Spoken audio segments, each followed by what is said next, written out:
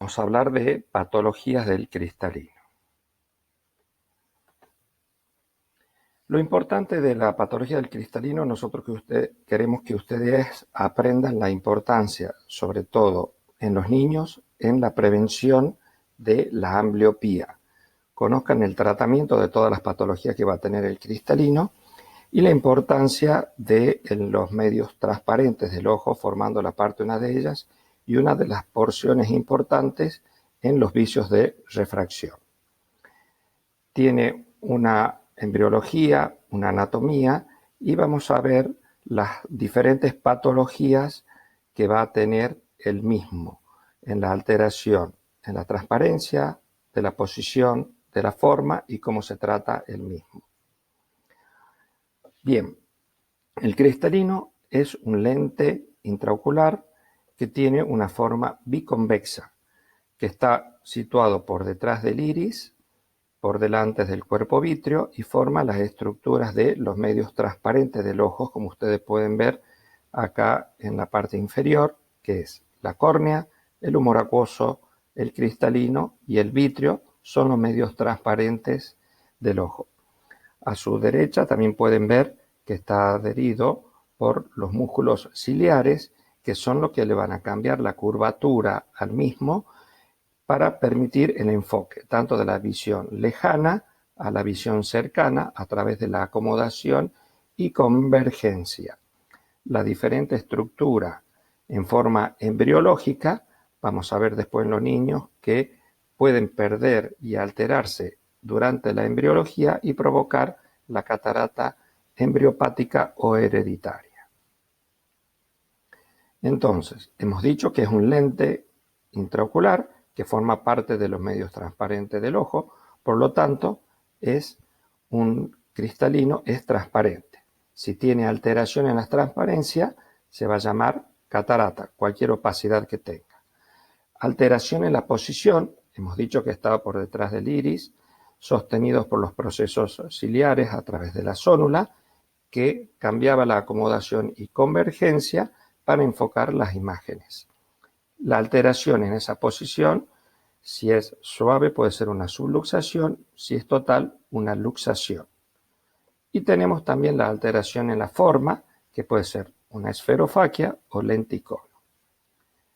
Entonces, ustedes recuerden que catarata es toda opacidad del cristalino sin tener en cuenta su tamaño, localización o forma, que puede estar en el centro o en la periferia, en las caras anteriores o posteriores del cristalino.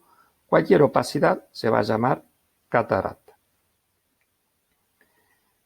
Para un mejor entendimiento de las mismas, pueden ser congénitas o adquiridas.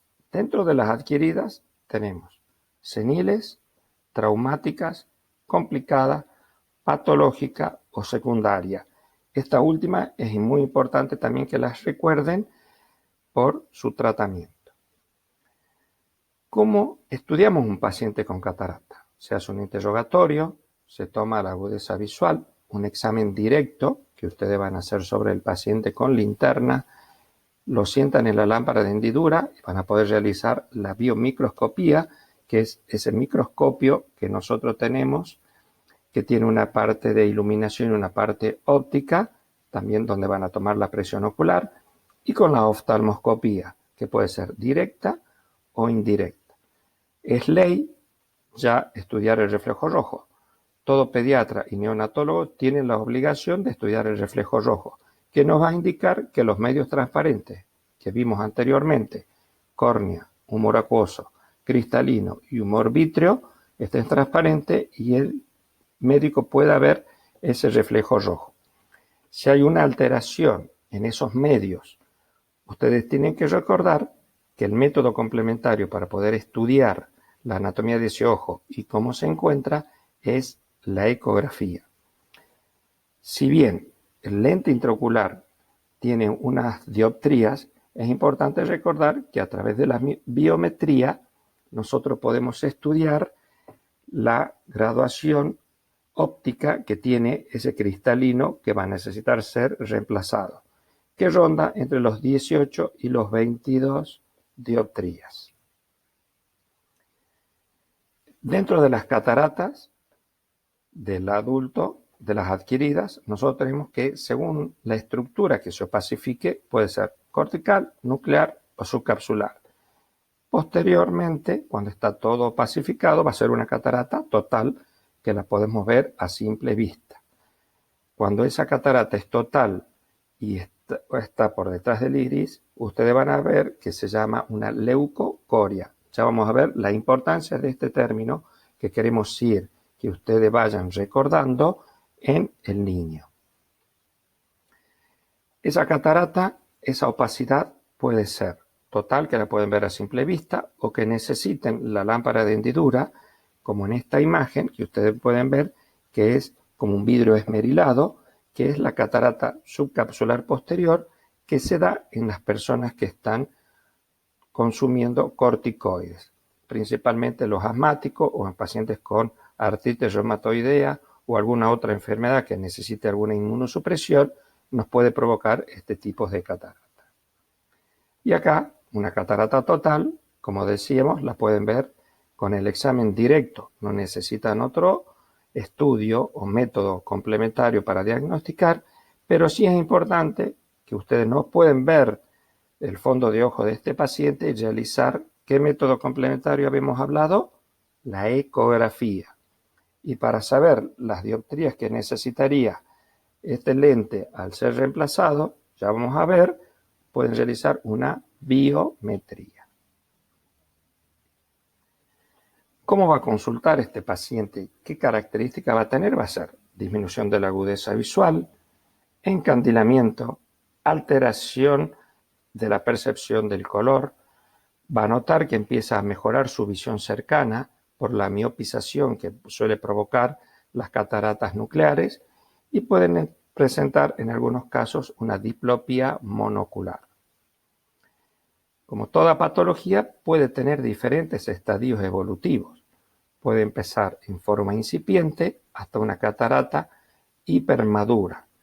La importancia de saber cómo son las evoluciones de esta catarata senil nos va a permitir poder realizar un tratamiento precoz en el caso que las personas los necesiten cuando presente un encandilamiento o alguna otra patología que no los deje realizar su tarea habitual y que requiera un tratamiento quirúrgico y no esperar a una catarata madura.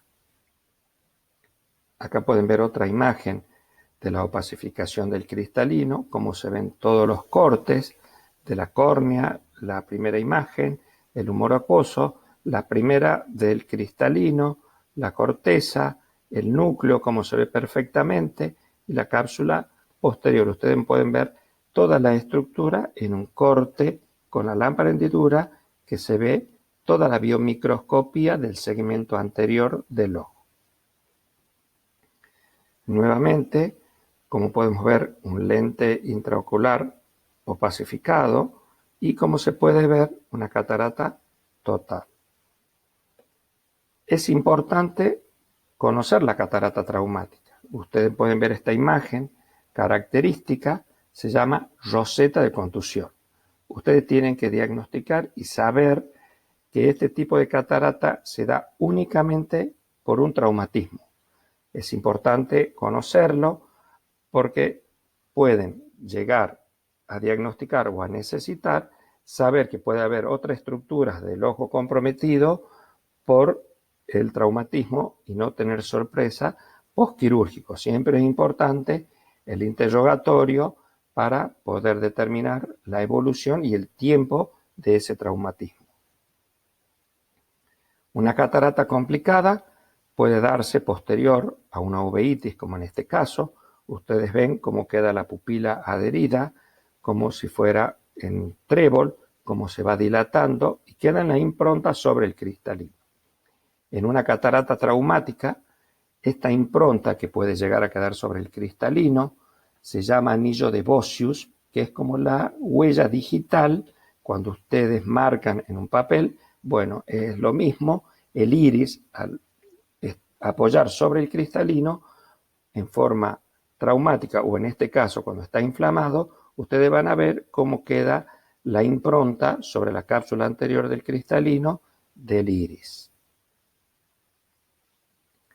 La catarata patológica pueden ser en personas con alteraciones metabólicas, como la diabetes. Ustedes ven este tipo de catarata y pueden sospechar que el paciente tiene una patología endocrina, metabólica, como la diabetes en este caso, o en la otra imagen, como un vidrio esmerilado, ustedes pueden ver el corte de la biomicroscopía, que se ve como un vidrio esmerilado, es la catarata típica por el consumo de corticoides en altas dosis y en forma prolongada. Más prolongado que en altas dosis nos va a dar este tipo de catarata patológica. Cuando comenzamos yo les dije que recuerden catarata secundaria. Ustedes operan un paciente de catarata, ¿puede volver la catarata? Sí. Ustedes tienen que saber por sus padres, por sus abuelos, que una persona operada de catarata puede volverle la catarata porque dejamos parte de ese cristalino que puede también perder su transparencia y el tratamiento va a ser un poco más simple, que es con un rayo láser de disrupción, que es el Jack láser, para restablecer la transparencia de este medio. Ustedes ven cómo se ve el reflejo rojo, velado, como si fueran unas perlas, como si fuera un vidrio esmerilado, sucio o empañado. Es una imagen característica de la catarata secundaria. Recuerden, en las personas que ya fueron operados, es la que llamamos catarata secundaria. Las otras son cataratas patológicas. El tratamiento, acá ustedes ven el título, siempre es quirúrgico. Nosotros debemos saber cuándo operar según la dificultad visual que tenga este paciente. ¿En qué consiste? En la extracción de ese cristalino que está opaco para recuperar la transparencia. La técnica más utilizada hoy en la actualidad es una técnica que se llama facoemulsificación, que es la técnica equiparable a una cirugía laparoscópica. Acuérdense que el cristalino tiene unas dioptrías que ronda en promedio los 20 dioptrías. Nosotros necesitamos reemplazar ese cristalino y con la biometría previa ecografía, nosotros sacamos el cálculo de esas dioptrías que vamos a suplantar de ese cristalino para la colocación del mismo y restablecer esas dioptrías. Como toda patología, como acto quirúrgico y como acto médico, por supuesto que tiene sus riesgos. Diferentes técnicas, una cirugía extracapsular y una cirugía de facoemulsificación. La extracapsular, como ustedes pueden ver, se sacaba el cristalino entero y se dejaba una membrana para poder colocar la prótesis que hablamos, que se llama lente intraocular. La técnica moderna, como pueden ver debajo, es la facoemulsificación, que es un aparato que se come el cristalino dentro del globo ocular y después se coloca el lente intraocular para recuperar esas dioptrías. Entonces, recuerden ustedes con qué reemplaza las dioptrías del cristalino que acaba de extraer por la catarata, con un lente intraocular. La técnica facoemulsificación, la que está en boga, más segura, más precisa, se abre muy poco, una incisión de 2.8 a 3 milímetros. Esto no es muy importante para ustedes, pero es una recuperación rápida para el paciente y que necesita un gran entrenamiento por parte del cirujano. Tiene diferentes pasos, que es la incisión, como vimos anteriormente, una capsulorhexis, la facoemulsificación, que es el comer el cristalino dentro del globo ocular y reemplazar ese cristalino que acaba de ser emulsificado por una lente intraocular. Tenemos diferentes tipos de lentes intraoculares que van a variar su calidad, su forma, su tamaño y su graduación según la biometría que nosotros hemos realizado posterior a la ecografía. Recuérdense que es muy importante realizar la ecografía para ver que todas las estructuras retrocristalinas se encuentren dentro de la normalidad. Otro capítulo posterior a las adquiridas, habíamos hablado de las cataratas congénitas. Las cataratas congénitas son bilaterales, simétricas y pueden ser no progresivas. Tenemos dos grandes grupos, las embriopáticas y las hereditarias. Las embriopáticas, recuerden ustedes, son las que se van a dar durante el primer trimestre del embarazo. Y las hereditarias son las que ya vienen con una alteración genética. Muy importante lo que acabamos de ver. Embriopática, ustedes pueden aconsejar a los padres que puedan seguir teniendo hijos y que seguramente no van a tener catarata congénita, ya que fue una patología de su embrión, de ese embarazo. En cambio, las hereditarias ya van a necesitar ustedes un diagnóstico y una ayuda con el genetista para estudiar a qué se debe la catarata hereditaria que tienen para prevenir y avisar a los padres la planificación familiar teniendo en cuenta la patología hereditaria que posee. Igual que en el adulto, según la estructura del cristalino que esté comprometida, la opacificación en el niño podrá ser anterior, posterior, zonular o total. Lo más importante que nosotros queremos que ustedes recuerden esta imagen de esa leucocoria. Recuerden el término, ya lo vimos cuando comenzamos. Toda mancha blanca que se encuentra en la pupila se llama leucocoria. Leuco blanco, coria, pupila. ¿Por qué consulta un chico con catarata congénita? Y generalmente lo traen los padres. ¿Por qué pueden traerlo los padres? Porque el chico se toca los ojos, se refriega, que es el signo dígito ocular de Franceschetti, que notan que no le sigue la mirada a la madre cuando le da el pecho o cuando le acerca algún juguete, nota que no tiene la misma visión de sus otros hijos o de otros familiares o amigos, y también ustedes tienen que prevenir la ambliopía, que es la disminución de la agudeza visual sin una causa orgánica aparente para evitar la ambliopía. Es muy importante. También recuerden que los chicos que tienen nistagmus, ya seguramente es más difícil tratarlo y controlarlo porque es uno de los signos en el cual vamos a tener una disminución visual importante cuando ya la familiar consultan con el niño con nistagmus. Leucocoria. Volvemos a hablar del término leucocoria. Es muy importante que recuerden leucocoria, un capítulo muy importante dentro de la oftalmopediatría y que generalmente puede deberse a diferentes causas. Ponemos acá la primera, el retinoblastoma, un tumor de la infancia del niño intraocular más frecuente. Recuerden que del adulto se llama melanoma. Ustedes ahora tienen que recordar el retinoblastoma, que es un tumor hereditario. Y si es hereditario, tienen que hacer el control y los estudios genéticos de este niño. También puede ser una retinopatía del prematuro. Son los niños prematuros que ustedes deben controlar, que han estado en incubadora recibiendo oxígeno. Pero lo más importante es porque es prematuro, sale antes de término. Entonces, ustedes necesitan ayudar y controlar esa maduración retiniana que normalmente se da a los 10 meses, es decir, al mes de un nacimiento a término. Y si un chico es prematuro, 7 mesinos, les quedan 3 meses para desarrollar y terminar de estimular esa retina y de controlar que tenga una maduración y un crecimiento acorde y no tenga consecuencias de provocarnos una leucocoria.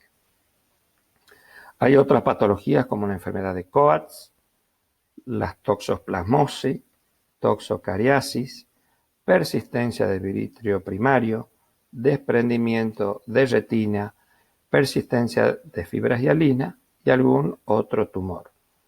Recuerden el término leucocoria pupila blanca. Igual que en el adulto, si ustedes nos pueden ver el fondo de ojo, ¿qué método complementario realizan para hacer el diagnóstico de la leucocoria? Ecografía. Recuerden siempre de realizar ecografía. Unas imágenes de una enfermedad como la toxocariasis, que ustedes ven el desprendimiento de retina y la brida traccional, la enfermedad de Coats, la toxoplasmosis, la lesión de sacorioretinitis en el fondo de ojo y también la persistencia de las fibras de membrana hialina. La catarata congénita, ya hemos hecho el diagnóstico diferencial y diagnosticamos que es una catarata. Ustedes tienen que realizar un tratamiento de rehabilitación visual. Es una urgencia. ¿Y qué hablábamos?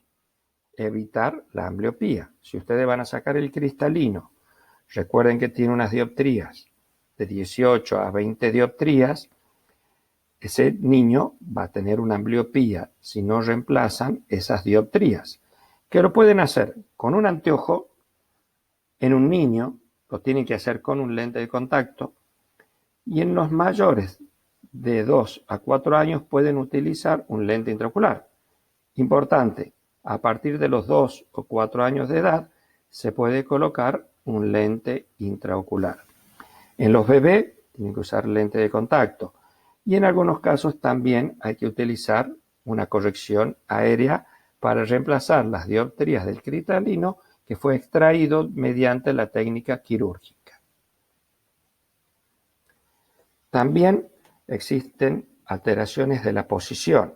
Dentro de las alteraciones de la posición tenemos las luxaciones y las subluxaciones.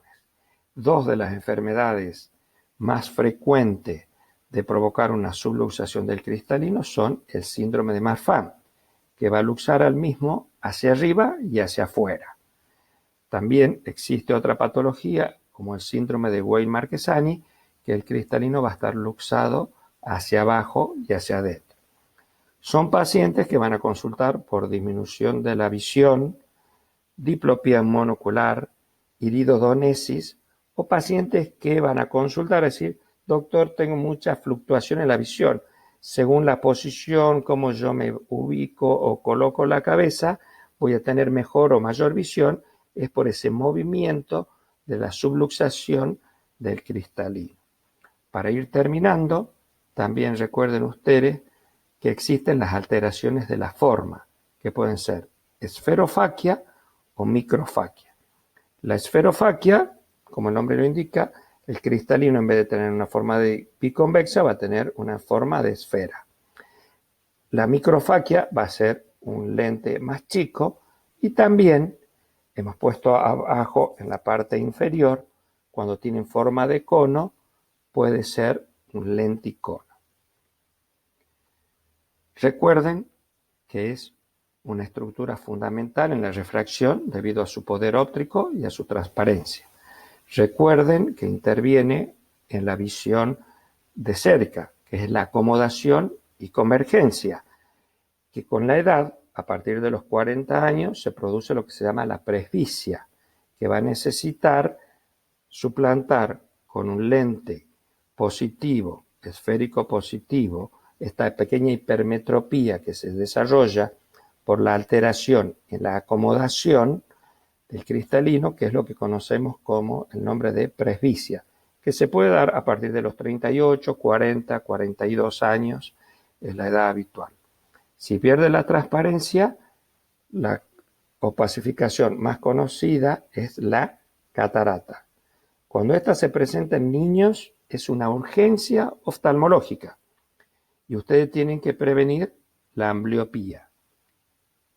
Recuerden siempre que según la dificultad visual que tenga la persona que padece catarata, ustedes van a indicar el tratamiento y siempre el tratamiento de la catarata es quirúrgico. Muchas gracias. acá dejo anotado mi mail para cualquier duda, consulta que ustedes tengan. Muchas gracias.